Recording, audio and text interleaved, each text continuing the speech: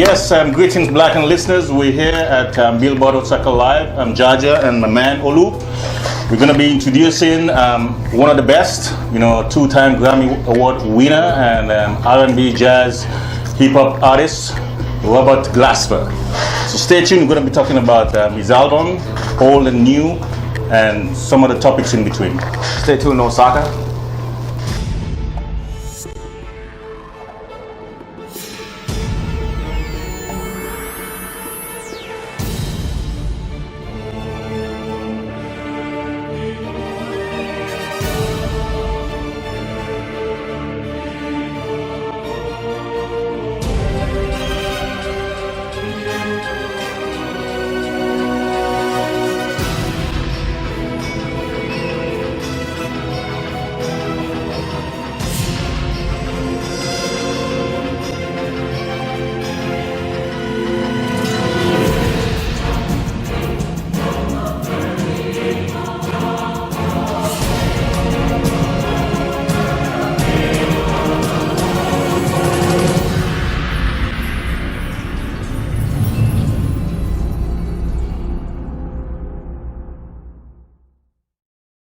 Hey, thanks for having some time for us. I know you're busy. No problem.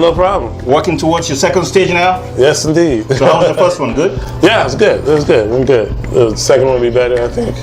And each set gets better and better each night. So tell me, we want to talk about how you guys started out, from the first album, Mood. Mm-hmm. Yeah? Yeah, Mood was a trio album that I did in 2002. When I first moved to New York in 1997, I started a piano trio. We used to play in a bar every Thursday, and it was pretty empty. It was just us and the bartender. Right. But it gave me a chance to really rehearse and practice and shed and figure out what works and what doesn't work. And it gave my band a chance to develop a sound, Cool. And so we did that, and then after that record, I got signed to Blue Note Records in 2005. Okay. So I did a few more trio albums for Blue Note, Canvas, and In My Element. Around 2007, during In My Element time, I started this band called The Experiment on the side, which is more of an electric band, and we're doing more hip hop and R&B in that band, because you can only do so much in the piano acoustic band. There's a limit you can reach. So I wanted to do some other stuff. So I was doing that on the low, and at the same time, I was still Bilal's music director, because I was Bilal. Bilal got signed in '99, so I was his music director for all those years, and that was the beginning of Neo Soul movement. So I was playing with the Roots, and I used to give Common piano lessons. He lived up the street from me, so I used to give him piano lessons when I was in college. And so I was around all these great musicians and this great movement period in time, and I was at the Voodoo sessions. I was at Like Water for Chocolate sessions with Common. I was pretty much a part of that Neo Soul movement. It was crazy. My drummer Mark Hollenberg, started playing with me. Doing Like Water for Chocolate. I used to go to Common's rehearsals, and he asked me for a drummer. He was like, "Do you know a drummer? Do you know a keyboard player? Do you know a drummer? Do you know a trumpet player? I know you go to that music college. So I recommended Mark, and Mark did the Like Water for Chocolate tour with Common for like 2-3 years, whatever that was. Nice. Yeah. So tell me about the first Grammy winning album. Black Radio. Black Radio. So basically, when I was doing my piano trio stuff, I was doing all this neo soul hip hop stuff at the same time. So it was time to make another record. I was like, you know what? Let me do an album that incorporates all this other stuff I'm doing. Jazz, with all these other jazz and hip hop with all these other artists. So I was like, let me put it all in one album. So I did that. I just called on a bunch of people that I have been working with throughout that 10-year period or 11-year period, whatever it was, and that was Black Radio. So we basically went in the studio and just did what we did. We didn't think about what's it going to be called, what kind of music it's going to be, or we want to win the Grammy, none of that stuff. I was not expecting Grammy look at all. I was expecting it to be the dope underground album. Like, have you heard this? Right. The secret album. Right. And it won a Grammy. It won a Grammy. Yeah. We won R&B Album of the Year, and it was amazing.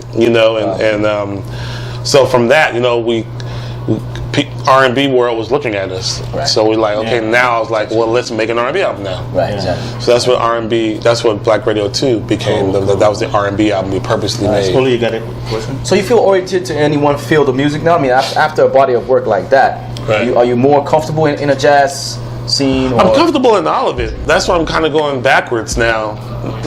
You know, trying to, I left jazz for 5 years now, you know, so now it's like, oh, you know what, let me go back and play, and go back to piano trio style, and really play the piano, because people forget I can play So basically, because your work blends jazz, R&B, and hip-hop together, so you're like that kind of artist? Yeah, it's like, you know, it's all black music, it's all in my blood, and, you know, I grew up listening to R&B music, and gospel music, and jazz, and pop rock and all this stuff. My mother was a singer. She sung all these different genres of music, and was the minister of music at church. You know, so I kind of grew up a musical mutt.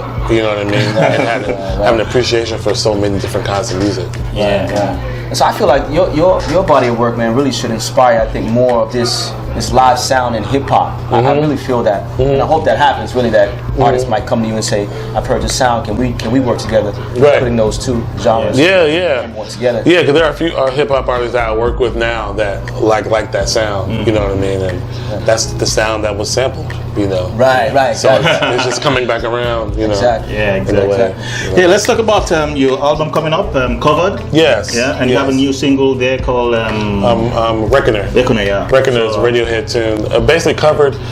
You know, I wanted to go back to play piano trio now, but since I've acquired this more mainstream type audience from the Black Radio albums, I want to do something that everybody can enjoy and kind of understand. So I did cover songs, basically songs from my iPod. You know, I did stuff from Joni Mitchell to Radiohead to Kendrick Lamar to John Legend, Bilal, Music Soul Child, you know, all kinds of things. And, and just on one album, you know. And, so when is it coming out? It comes out in the States June 16th. Okay. I'm not really sure the date in Japan. June 16th in the States, right? June 16th in the States, yeah. Pick that up. And it's on pre-order now, so you can pre-order it right now and get a few tracks for free. Well, get a few tracks early, you know. Cool. So you're here in Japan promoting the album and... Yeah, well, I'm not promoting this album. I'm here with this band now, but I'm going to come back, I think, in September. With my trio, actually. Oh, wow. To promote the trio stuff. Cool. You know. So in July you have some other tours like Europe. Yes, yeah. In July we're going to go out for like a month and a half to Europe and do the European circuit. You comfortable in the European? Oh yeah, I've been going to Europe since 2000, 99. You know, they really enjoy actual jazz music out there. You know what I mean? They really enjoy that. So it's great. It's great. You know. Sure. So tonight on the stage, the audience can expect some covers of. We do a lot of covers from different people. We do Nirvana. You know, we do Nirvana. We do Radiohead. We do Bilal in here. We do Pharrell. We do Kendrick Lamar. We do Flying Lotus. Cool. You know, we do a bunch of different things here. Because in Japan, you have a lot of hip-hop listeners. You know, people who love black music, R&B, hip-hop, jazz. So when you're on stage, how's the reception been like? I'm not really sure because they're very, very conservative. So I don't know if they don't like it. Yeah, they're quiet. And it's like, so I don't know if you hate it or if you like it. It looks like both are the same. But when we finish, I get an applause. So I'm guessing they like it. Right. We keep coming back, and the crowd has always been a good size, and we sell out most of the time and stuff. So I think they like us here. So You're here until Friday. Yes, here till Friday. Then we go to Tokyo. Wow. Okay. As Black Radio, Blackan TV, we're here, exposing, black music talents in Japan and out of Japan, and so you finding the time for us, really appreciate that. Oh, no problem. Thank you. I appreciate it. Yeah. It's key. So you have any words for your fans there watching you now, right now? Arigato gozaimasu. You got the Japanese down now. That's all I got. I know like 5 words. Hey, brother, thanks so much, man. Thank I you, really man. appreciate you Appreciate finding some it. time. Thank you. I look forward to the stage, man. Yes, sir. Yes, sir. Thank you. Thank you, thank you. Robert Glasper. Yeah, Robert Glasper. And, you know, thanks so much for watching, and thanks to Osaka Billboard and Mr. Kurita for making this possible. So I'll be seeing you in the next episode. Peace. So just chill until the next episode.